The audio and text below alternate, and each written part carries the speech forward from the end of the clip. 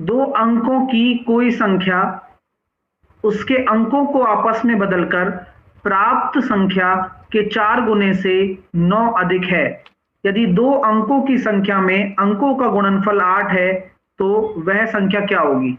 बहुत प्यारा प्रश्न है। आप मुझे बताइए इस वाले लॉजिक से कि अंकों का गुणनफल 8 है तो क्या चारों ऑप्शन सेटिस्फाई हो रहे हैं? बिल्कुल हो रहे हैं। लेकिन पहली वाली लाइन से देखिएगा, दो अंकों की संख्या उसके अंकों को बदलने से प्राप्त संख्या के 4 गुने से 9 अधिक है। अच्छी बात है, यानी कि दो अंकों की संख्या उसके अंकों को बदलने से प्राप्त संख्या के 4 गुने से 9 अधिक है। सॉल्व करते हैं यहां से जो हमारी इक्वेशन निकल कर आ रही है डियर स्टूडेंट, वो क्या निकल कर आ रही है आप भी जरा देखिएगा। 10x प्लस वाई बराबर 40y प्लस 4x प्लस का 9। यहां हम जानते हैं कि जो हमारा ओरिजिनल नंबर है वह क्या है? वह ओरिजिनल नंबर xy होगा, तभी तो आपने वो लिखा है। जिनका भी आ रहा है आराम से करिए। सॉल्व करता हूं भैया, इक्वेशन बनाता हूं तभी तो आंसर दे पाऊंगा। बोले इक्वेशन बनाई आपने सर, इक्वेशन बनाने पर निकल कर आ रहा है 6x माइनस 39y माइनस का 9 बराबर 0। ऐसा कौन सा ऑप्शन है जो सेटिस्फाई कर रहा है? बोलो तो लेते हैं।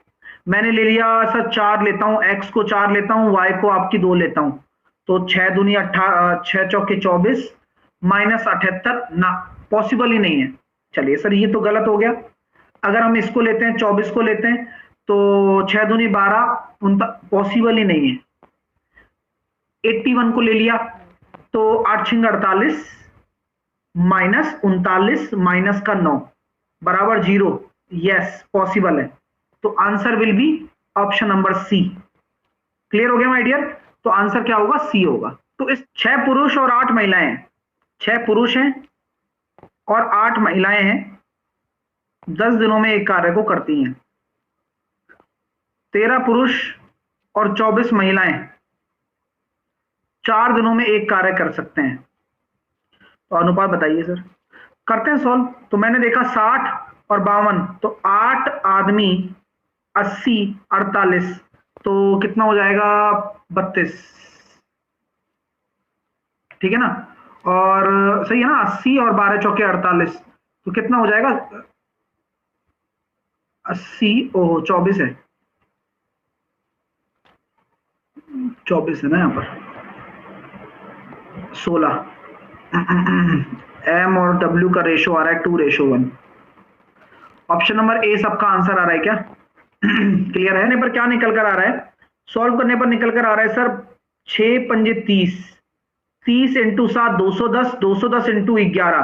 तो अगर हम इसको सॉल्व कर रहे हैं तो ये निकल कर आ रहा है 210 इंटू 11, 2310 प्लस 1, 2311 आ रहा है।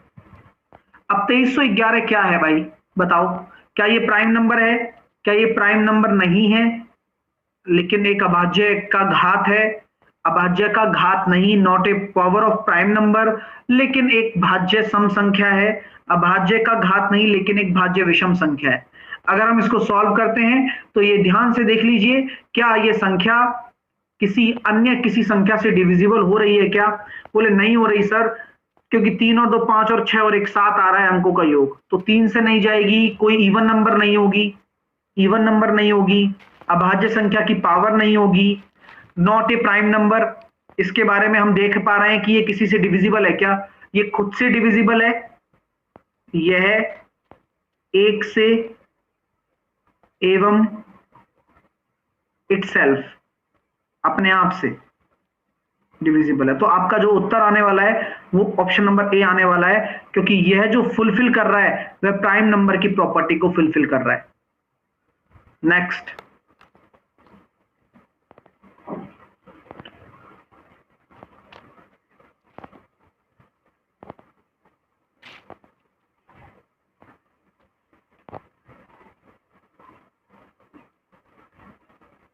एक त्रिभुज के परिवृत्तों की अधिकतम संख्या कितनी हो सकती है? बताइए, एक त्रिभुजों के परिवृत्त की अधिकतम संख्या कितनी हो सकती है? Only one, only one. क्योंकि अगर हम बात करते हैं एक त्रिभुज की, तो अगर कोई भी त्रिभुज का अगर परिवृत्त होगा, तो परिवृत्त की कहानी क्या होती है मेरे प्यारे विद्यार्थियों? परिवृत्त वही वृत्त कहलाएगा ना जो उस त्रिभुज के तीनों शीर्ष उस परिधि वृत्त की परिधि पर स्थित हो। समझ रहे हो ना? यानी कि उस त्रिभुज के तीनों वर्टेक्स जो हैं उसकी वृत्त की परिधि पर स्थित होंगे, तभी ना वो कहलाएगा। तो वह केवल एक ही हो सकता है। आप और बता दो, आप और बताओ, और हो सकता है क्या? नहीं हो सकता। भाई त्रिभुज का परिवृत्त देखना है आपको। किसका देखना है? त्रिभुज का। तो अगर ट्राइंगल का अगर आपको सरकम सर्कल देखना है, तो ट्राइंगल के जो तीनों शीर्ष हैं, वर्टेक्स हैं, वह उस सर्कल की बाउंड्री पर होने चाहिए। एक ही संभव है बस। और इन सेंटर भी एक ही होगा, क्योंकि वही यहां पर टच कर पाएगा। ये तो कॉमन सेंस वाली बात है ना। चलिएगा, एक टेबल को 10% के प्रॉफिट पर बेचा। यदि क्रय मूल्य को 5% कम होता, 7 रुपए अधिक पर बेचता, तो 20% का लाभ होता। तो ये बहुत साधारण प्रोसीजर होता है इसका। मेथड नंबर 1 करते हैं। अगर मान लिया मैंने माना कॉस्ट प्राइस 100 है, तो मैंने कितने में बेचा इसको? 110 में। क्यों? क्योंकि प्रॉफिट हो रहा है ना 10% का। अगर 5% कम में खरीदता, यानी कि 95 में खरीदता और 20% के लाभ पर बेचता, तो 20% का लाभ मतलब होता है 5 से 6। तो 1 बराबर आपका 19 है, तो यानी कि कितना हो गया? 114। तो यहां पर हमारे पास कितना निकल कर आ रहा है डियर स्टूडेंट? 4 यह किसके बराबर है? 7 रुपए के बराबर। तो 1 की वैल्यू कितनी आ रही है? 7/4 रुपया। आपसे क्रय मूल्य पूछा है जो कि 100 है, तो सीपी कितना हो जाएगा? 100 इंटू 7/4, 175। क्लियर हो गया भाई साहब? समझ में आ गया ना? तो ये सबसे अच्छा तरीका है। एक पहिया 1 मिनट में 360 चक्कर लगाता है, तो रेडियन की संख्या 1 सेकंड में कितनी हो जाती है? तो रेडियन की संख्या 1 सेकंड में कितनी हो जाती है? अब एक पहिया है ना, 1 मिनट में 360 चक्कर लगाता है, तो मैं आपसे कहना चाहता हूं 1 मिनट में 360 चक्कर लग रहे हैं। कितने चक्कर लग रहे हैं? 360 चक्कर। तो मुझे बताइए, 1 मिनट में इतने लग रहे हैं, तो 1 सेकंड में कितने लगेंगे? 1 मिनट में 60 सेकंड होते हैं, तो 60 सेकंड में 360 चक्कर लग रहे हैं, तो 1 सेकंड में केवल और केवल 60 चक्कर लगेंगे। बोलो, कोई दिक्कत है क्या? यहां तक आराम से समझिएगा बस। कोई दिक्कत? किसी को कोई समस्या? माफ कीजिए, 6 चक्कर लगेंगे, 6 चक्कर लगेंगे। अब आप मुझे बताइए, जो एक चक्कर होता है, एक रिवॉल्यूशन होता है, वह किसके बराबर होता है? 2πr के। गलत कह रहा हूं क्या? बताओ। नहीं, बहुत सही कह रहा हूं ना यार। एक चक्कर 2πr ही तो होता है। कोई पहिया घूमेगा तो वह एक चक्कर में कितनी दूरी तय करेगा? वह पूरा घूमेगा तो 2πr ही तो तय करेगा। तो 6 चक्कर में कितना करेगा? तो 6 चक्कर में करेगा गुरुजी। अगर 1 सेकंड में बात की जा रही है, और आराम से जब आप बात कर रहे हो कि रेडियस आपकी 1 यूनिट है, 1 यूनिट ही मानी है उसने रेडियस, हम कुछ नहीं कर सकते इसमें। तो हम यहां कह सकते हैं 6 इंटू 2πr की वैल्यू 1 रखने पर 12π। ठीक है माय डियर, ये बहुत अच्छा क्वेश्चन है और काफी ध्यान है उसका। बोले मीडियन कैसे निकालें गुरुजी? तो मीडियन निकालने के लिए सबसे पहला स्टेप आपने क्या अपनाया, आप बता सकते हैं क्या? अगर आप माध्यिका निकालना चाहते हैं तो सबसे पहला स्टेप आपका क्या होगा? Arrange in ascending order. Ascending order में अरेंज करेंगे। सबसे छोटा क्या है? बोले 3 है, फिर 4 है, फिर 5 है, फिर 6 है ना? फिर आपके सामने 9 है, ठीक है। फिर आपके सामने कितना है? 11 है। फिर आपके सामने 18 है। 2 2 4 5 6 7, 2 2 4 5 6 7, ठीक है। माध्यिका क्या होती है सर? n बराबर अगर 7 होता है, तो अगर ये और आ जाए तो कौन सा पद माध्यिका हो जाएगी?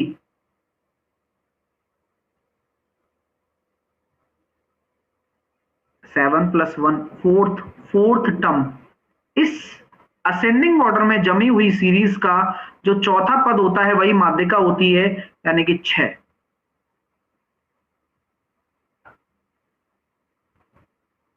₹30,500 का ऋण किसी विशिष्ट वार्षिक चक्रवर्ती ब्याज की दर पर 3 साल के लिए लिया जाता है, तो 3 वर्ष के बाद धनराशि इतने रुपए थी, तो चक्रवर्ती ब्याज की दर ज्ञात कीजिए सर।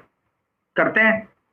तो अगर मैं आपसे कहता हूं कि भाई ये आपके सामने कितना है, ये आपके सामने है 30,500, ये आपके सामने है 67,000, कहीं कुछ निकल जाएगा क्या यार?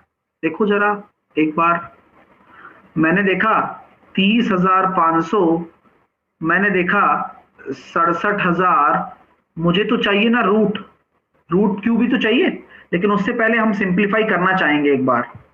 अगर सिंप्लीफाई हो जाएगा तो बढ़िया हो जाएगा ना। कट रहा है क्या? 2 0 से 2 0 काटा, 5 से काट देता हूं, 5 6 की 30, 5 एकम 5 और 134। अब इसका रूट अप्रोक्स जाना पड़ता है ना, कभी कभार जाना पड़ता है, चीजें कई बार करनी पड़ती हैं, कुछ चीजें हो जाती हैं, ठीक है। चलिए तो अप्रोक्स करते हैं, और अगर हम इसको सॉल्व करते हैं तो कितना आ रहा है? रूट क्यूब निकलेगा, है ना? पता है ना रूट क्यूब क्यों निकलेगा? आप जानते हो ना कि रूट क्यूब क्यों निकलेगा, ये तो सबको पता है ना। प्लीज एक बार ध्यान दे लो, क्योंकि बहुत प्यारा प्रश्न है, क्योंकि यहाँ पर 3 साल की बात की गई है, इसलिए हमारा चर्चा का विषय थोड़ा अच्छा है कि इसलिए निकलेगा। ठीक है, करते हैं सॉल्व, जो भी आएगा देखा जाएगा। आप इसको काटिए जरा, 61 से 134 का निकालना कितना आ रहा है? आंसर आ जाएगा तो 61 का अगर 134 में डिवाइड करते हो तो रेशियो कितना निकल कर आ रहा है? ये अप्रोक्स 135 होगा? नहीं 134 होगा ना भाई, 67 का डबल। तो रूट भी निकालना है, पहले रेशियो निकालेंगे हम, तो ये निकल कर आ रहा है 134/61 आ गया ना, सही है। तो ये आ रहा है 1:2196.72, सॉरी, या मैं ये बोल सकता हूं, पॉइंट हटाओ यहां से, 219672 आ गया आप समझ में? सर अगर आप इसको 1000 बना देते हो ना, तो ये अपने आप में कितना हो जाएगा? 2197 हो जाएगा। और फिर आप इसका रूट क्यूब ले लो इज्जत से, हाँ, और ये कितना होगा? 10 से 13, तो कितना हो जाएगा? 3/10 × 100, 30%। मजेदार क्वेश्चन है ये, मजाक में मत लो इसको। जब एक प्रतियोगी परीक्षा में 250 छात्रों ने पंजीकरण करवाया था, 50 छात्रों ने फिजिक्स, गणित के लिए 75 छात्रों और गणित और भौतिकी दोनों के लिए 35 छात्रों ने रजिस्ट्रेशन करवाया, और उन छात्रों की संख्या क्या है जिन्होंने ना तो फिजिक्स के लिए पंजीकरण करवाया ना ही गणित के लिए करवाया? उनकी संख्या बतानी है। अब क्या बोला जा रहा है भाई? टोटल आपको दे दिया 250। अब आपसे मैं बोलता हूं भाई, मान लो मैंने वेन डायग्राम बनाया और ये फिजिक्स का बना दिया और ये गणित का बना दिया। एक वेन डायग्राम मैंने मान लिया कि ये, मान लो ये फिजिक्स का है और ये मान लिया मैंने मैथ का है। अब 50 छात्रों ने भौतिक और 75 छात्रों ने गणित और भौतिक दोनों,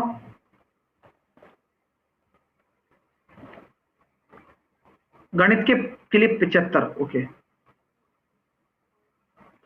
तो गणित के लिए 75 और 35 छात्रों ने दोनों के लिए, तो अंदर कितना आ जाएगा? 15, और इसके और अंदर कितना निकल कर आ जाएगा भाई? कितना आ जाएगा? 40। तो कुल मिलाकर वह ये लोग हैं जिन्होंने पार्टिसिपेट किया है, प्रतियोगिता में रजिस्ट्रेशन करवाया है, फिजिक्स के लिए हो या मैथ के लिए हो या दोनों के लिए हो। ऐसे कितने लोग हो गए? बोले गुरुजी 90 हो गए, 90, टोटल 90 हैं जिन्होंने रजिस्ट्रेशन करवाया है कहीं ना कहीं, कैसे भी करके। तो कितने ऐसे हैं जिन्होंने रजिस्ट्रेशन ही नहीं करवाया? निहायत ही बेशर्म, क्योंकि क्या 90 में वो सब आ गए जिन्होंने या तो फिजिक्स में करवाया हो या मैथ में करवाया हो? वो सब आ गए इसमें, ओब्वियसली भाई। इस 90 में है ना, वो सब आ गए जिन्होंने रजिस्ट्रेशन कहीं ना कहीं कैसे भी करवाया है। बाकी 250 में से 90 वो घटा दो, बाकी 160 ऐसे हैं जिन्होंने पढ़ना ही नहीं है जिनको। ठीक है, चलिए निहायती बेशरम। मैंने कहा यार देखो sec और tan का रिलेशन तो है 1 + tan स्क्वायर थीटा बराबर sec स्क्वायर थीटा होता है, आपको पता हो तो। बोले हाँ जानकारी के लिए पता तो है, अब सॉल्व करना ही है बस। मैंने कहा ठीक है रखते हैं सॉल्व करने के लिए। तो 2 sec square theta 3 sec square tan square theta को मैं क्या लिख सकता हूं, sec स्क्वायर थीटा माइनस का 1 बराबर 6। सॉल्व करने पर कितना निकल कर आ रहा है कि 3 sec square theta minus 2 sec square theta plus का 2 बराबर 6। तो sec स्क्वायर थीटा बराबर आ गया 4, sec थीटा बराबर आ गया आपका 2।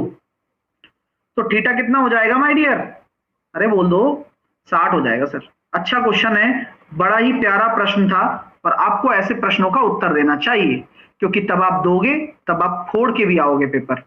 ठीक है, चलिए बताओ इन दोनों में क्या कॉमन है। मैं ये देख पा रहा हूं कि ये है 5 की पावर x और 5 की पावर 1। ये क्या है 5 की पावर x अपॉन 5, राइट। मैं अगर 5 की पावर x को कॉमन ले लूं तो ये कितना बन गया 24/5। क्या बात है गुरुजी। 4 से 6 से काटूंगा इसको 4 बार, 4 से काटूंगा इसको 25 बार, 25 पंजे 125 यानी कि 5, तो 5 की पावर 3, तो x बराबर आ गया 3। x बराबर अगर आ गया 3 तो बस तो 10 की पावर 6 आंसर आ जाएगा आपका ऑप्शन नंबर 2, 2, 4, 5, 6 डी। कुल 57 मिठाइयों को 10 बच्चों में इस प्रकार बांटा गया था कि प्रत्येक लड़की को 6 मिठाइयां और प्रत्येक लड़के को 5 मिठाइयां मिली, तो लड़कों की संख्या बताइए सर। अब 10 बच्चों में इस प्रकार डिस्ट्रीब्यूट किया गया, बच्चों में लड़के भी हैं लड़कियां भी हैं। अब ऐसी बात सुनिएगा जरा, बड़ा प्यारा कंसेप्ट बताने वाला हूं जेएसएम से। मान लिया मैंने एक बॉय माना और एक मैंने गर्ल मानी, और वो टोटल 10 है मुझे पता है। मैंने कहा कि भाई लड़की को तो 10 6 मिलती हैं और लड़के को मिलती हैं 5। मान लीजिए अगर लड़की को भी 5 मिलती तो टोटल 10 बच्चों में कितनी चॉकलेट बांट दी जाती 50।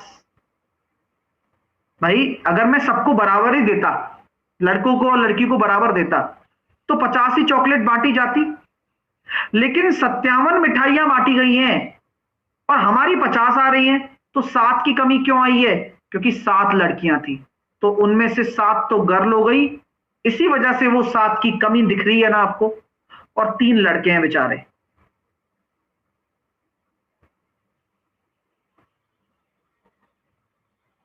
यदि m o और 50 के बीच की अभाज्य संख्याओं की संख्या है और n 50 और 100 के बीच की अभाज्य संख्या है, तो m - m क्या होगा। क्या क्वेश्चन है, मजा आ जाएगा यार। आओ, बोले m है ना 0 और 50 के बीच की अभाज्य संख्या है। अब m कुछ भी हो सकता है, लेकिन वो कहां है 0 और 50 के बीच में है और प्राइम नंबर है।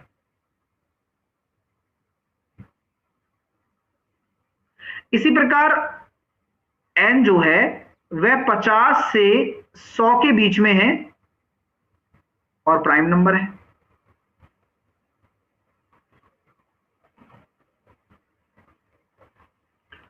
ठीक है, सुनो, एम ओ बीच प्राइम नंबरों की संख्या। अच्छा, हम उल्टा समझ बैठे हैं, हम जरा उल्टा समझ बैठे हैं। ऐसे हमसे भी गलती हो रही है। देखो भाई 0 से 50 के बीच में जितनी भी संख्याएं है ना, जितनी भी प्राइम नंबर्स हैं वह m है, और 50 से 100 के बीच में जितनी भी प्राइम नंबर हैं वह कितनी है n है, राइट। बताया था ना, ये बहुत प्यारा क्वेश्चन बनाकर लाया हूं मैं आप लोगों के लिए। तो यहां में हम कह सकते हैं ना कि 1 से लेके 50 तक कितनी होती है डियर 9, 15 होती 15। ठीक है, ध्यान रखना। 1 से लेके 25 तक कितनी होती हैं 9, 25 से लेके 50 तक 6। ठीक है, चलिए और 50 से लेके 100 तक की कितनी हो जाएंगी फिर, क्योंकि 1 से लेके 100 तक 25 होती हैं, तो 15 यहां है तो 10, तो आपका डिफरेंस कितना आ जाएगा सर, ये तो हो गया 15 और ये हो गया 10, डिफरेंस विल बी 5। मजा आया डियर? क्वेश्चन कैसा लगा वाकई में बताइएगा। और आ रहा है 6, ये आ रहा है 12, ये आ रहा है 18, ये आ रहा है 84 और ये आ रहा है 90। आप मुझे बताइए यहां क्या बनेगा सर? जोड़े बनेंगे, जोड़े। क्या बनेंगे? बोले जोड़े बनेंगे, पेयर बनेंगे, पेयर। साइन स्क्वायर ए प्लस साइन स्क्वायर बी बराबर 1 होगा सर। बोले कब होगा? जब a प्लस बी आपका 90 डिग्री होगा। और वही दिख भी रहा है, 6 और 90 अपना हो गया 12 और अपना क्या कहते हैं अपने पास जो भी बचा हुआ होगा उसका, ठीक है 78 है ना, 6 और 84 माफ कीजिए ना, 6 और 84 जाएगा, 12 और 78 जाएगा, इस तरह से चलेगा। अब सॉल्व करता हूं, सॉल्व करने का तरीका आपको बताता हूं। मैंने आपको कहा था पहले भी, नंबर ऑफ टर्म्स निकालो प्लीज। नंबर ऑफ टर्म्स क्या लेना है? 6 लेना है और 84 लेना है केवल। क्या आप 90 लोगे? क्या बताओ, क्या आप 90 लोगे? नहीं, 90 और 45 नहीं लिए जाते। क्या इस श्रृंखला में 45 होगा? खुद से पूछिए ना, खुद से पूछिए कि सर 45 तो हो ही नहीं सकता, क्योंकि 6, 12, 18 ऐसे चल रहा है, तो 45 का मल्टीपल नहीं आता। 90 अलग से है, ले लिया, ठीक है। अब 6 और 84 में नंबर ऑफ टर्म निकालने के लिए लास्ट माइनस फर्स्ट करें जरा, लास्ट माइनस फर्स्ट, तो 84 माइनस 6 कितना आ रहा है? 78। 78 में किसका भाग दोगे? 6 का। क्यों? क्योंकि यही तो कॉमन डिफरेंस है, d प्लस 1। तो यहां नंबर ऑफ टर्म्स आ जाएंगी 14। नंबर ऑफ टर्म्स कितनी आ गई? 14। अब 14 आपकी क्या हो गई? टर्म हो गई, टर्म। तो जोड़े कितने बनेंगे? पेयर 7, 7 पेयर बन गए। और ये साइन 90 कितना होता है? 1। तो ये पूरे तो 7 जोड़े हैं और एक ये रहा, तो आंसर आएगा 7 और 1 8। भाई तो रेशो मेथड जिंदाबाद करूंगा, लगाऊंगा, वही करवाऊंगा। रेशो मेथड में क्या बोला जा रहा है सर? एक स्पीड 48, दूसरी की स्पीड 64, 16 × 48, 16 × 4 = 64। ये अगर उसकी स्पीड का रेशो है तो टाइम का रेशो क्या होगा बताओ? 4:3।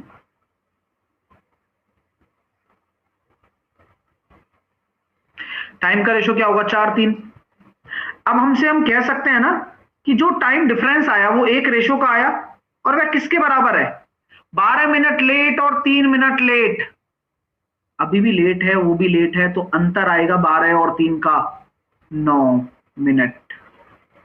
यानी कि यहां कितना टाइम लग रहा है? 36 मिनट। अभी बस होल्ड कर लो, होल्ड कर लो। 36 मिनट लग रहे हैं 48 की स्पीड से, लेकिन फिर भी आप कितने मिनट लेट हो? 12 मिनट लेट हो आप फिर भी। यानी कि एक्चुअल टाइम आपका कितना होगा? 24 मिनट। तो भाई कुछ भी उठा लो, सॉल्व करना है बस। माइनस का 14, माइनस के 14 से 56 को काटा, माइनस का 4। अब अंदर आता हूं, माइनस माइनस प्लस, और यहां पर निकल कर आया कितना? माइनस का 20, माइनस का 20 प्लस का 6 और माइनस का 4। ठीक है, डिवाइड है, करना पड़ेगा।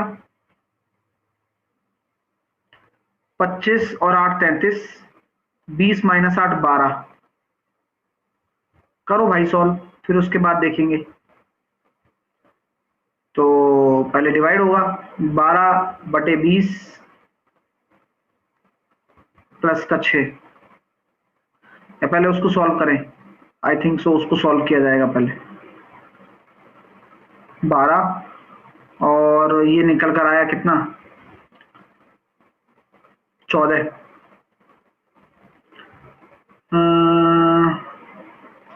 28 होगा।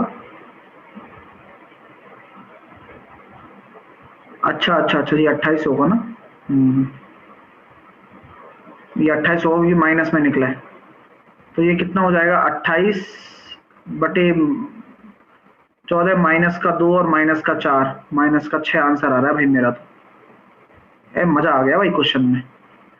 ए ई एफ आपको दे रखा है 95, बी एच एस आपको दे रखा है 110, ए बी सी आपको दे रखा है एक्स, तो एक्स का मान बताओ। अच्छा क्वेश्चन है। अब आपको पता है कि यार ये एक दूसरे के पैरेलल है, एक दूसरे के पैरेलल है, तो ये भी 95 ही होगा। ये 95 है, ये 95 है भाई। और तो मैं ये कह सकता हूं क्या, ये वाला एंगल कितना हो जाएगा 70, तो ये कितना हो जाएगा 25। कारण क्या है, क्योंकि इस वाले ट्राइंगल का एक्सटर्नल एंगल है ये, तो इंटरनल एंगल के सम के बराबर होगा। ए बी सी, तो अनुपात निकालेंगे ए अनुपात बी और 2:3 और फिर 2:3।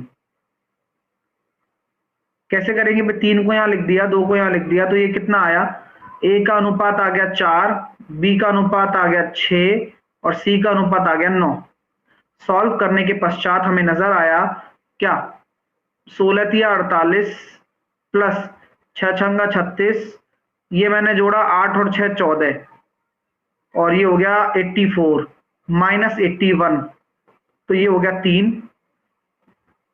सॉल्व करने पर 16 36 दूनी 72, ये कितना हो गया 80, अरे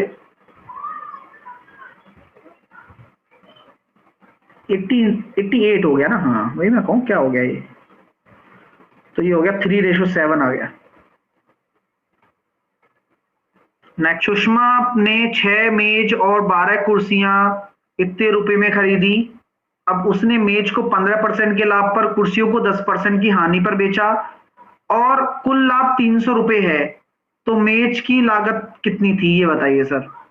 तो मैं ये कहता हूं कि सुषमा थी ना जो, उसने क्या किया कि 6 मेज हैं, 12 कुर्सियां हैं, 12,000 में खरीदी हैं और उसने 15% के लाभ पर मेज को और 10% की हानि पर कुर्सी को।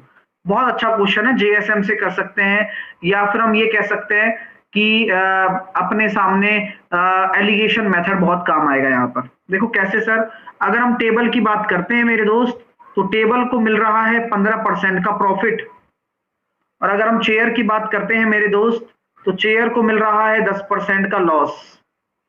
अब 300% का जो 300 रुपए का जो लाभ हो रहा है, ओवरऑल क्या हो रहा है डियर, आप बता सकते हो क्या, ओवरऑल की बात करते हो गुरुजी, तो 300 रुपए 12,000 पर कितने परसेंट का लाभ बनाकर जाएगा। बोले गुरुजी 2.5% का बना रहा है, ओनली 2.5%। अब आपको कैसे पता लाभ हुआ है, बोला गया है ना लाभ है, हम कुछ नहीं कर रहे हैं, कर हम रहे हैं लेकिन शब्द क्वेश्चन के हैं। तो 15 में से 2.5 चले गए तो कितना होगा 12.5, और 10 में से आपके 2.5 चले गए तो कितना होगा 12.5। तो आपको पता लग गया ना 1:1, यानी कि दोनों की कीमत समान है, टेबल भी सेम कीमत का है, चेयर भी सेम कीमत की, यानी कि 6,000 रुपए में दोनों आए हैं। यानी कि मेज की कुल लागत पूछी गई थी तो बस 6,000 रुपए होगी, आपसे इकलौते की नहीं पूछी है। समझ रहे हो मेरी बात, इकलौता पूछता, मैं पूछता मुझे बताइए पर टेबल कितना कीमत होगा, पर चेयर कितना कीमत होगा, तो आप क्या करते भाई, सर 6,000 रुपए खर्च हुए, 6 टेबल लेकर आया, 1,000 रुपए का तो मेज पड़ गया, और 6,000 रुपए खर्च हुए, 12 चेयर लेकर आया, 500 रुपए का चेयर पड़ गया। मेरे दोस्तों मेथड समझ में आ गया, चीजें क्लियर हो गई ना। अच्छा क्वेश्चन है। अच्छी, क्रमागत 44 विषम संख्याओं का औसत 144 है, तो सबसे बड़ी संख्या बताया था ना। कंसेक्यूटिव इवन और ऑड नंबर के बारे में बात करें तो लार्जेस्ट नंबर किस तरह से निकाल सकते हैं, बोले सर एवरेज हो गया 144 प्लस n-1, तो n कितना है 44 - 1 यानी कि 43, तो आंसर निकल कर आ रहा है 187। अगर स्मॉलेस्ट निकालता हूं तो बोलो बोलो बोलो सर, 144 में से आपको माइनस करना है 43, आंसर विल बी 101। और दोनों नंबर्स के बीच में डिफरेंस निकालता हूं तो 2 × n - 1, यानी कि 86।